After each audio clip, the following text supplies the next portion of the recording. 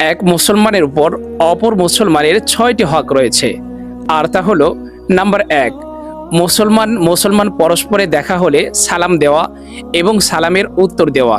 তবে সালাম এবং সালামের উত্তর দেওয়ার ক্ষেত্রে খুবই লক্ষণীয় একটা বিষয় হচ্ছে, সালাম এবং সালামের উত্তর অবশ্যই বিশুদ্ধভাবে দিতে হবে। কারণ সালাম অর্থ হচ্ছে শান্তি। আপনি যদি কাউকে সালাম দেন অথবা কেউ যদি আপনাকে সালামের উত্তর দেয়, তাহলে এর মানে হচ্ছে সে আপনার শান্তি কামনা করছে।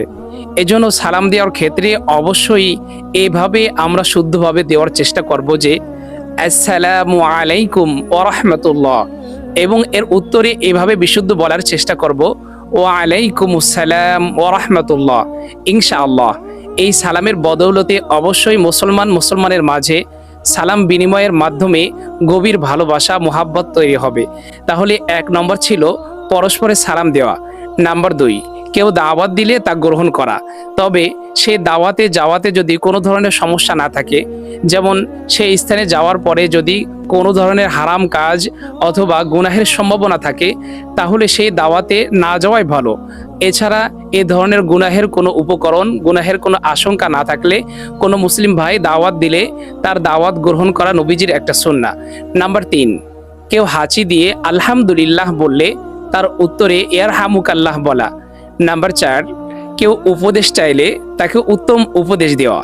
নাম্বার 5, কোনো মুসলিম ভাই অসুস্থ হলে অথবা কোনো মুসলিম প্রতিবেশী অসুস্থ হলে তাকে দেখতে যাওয়া, তার সেবা শুশ্রূষা করা।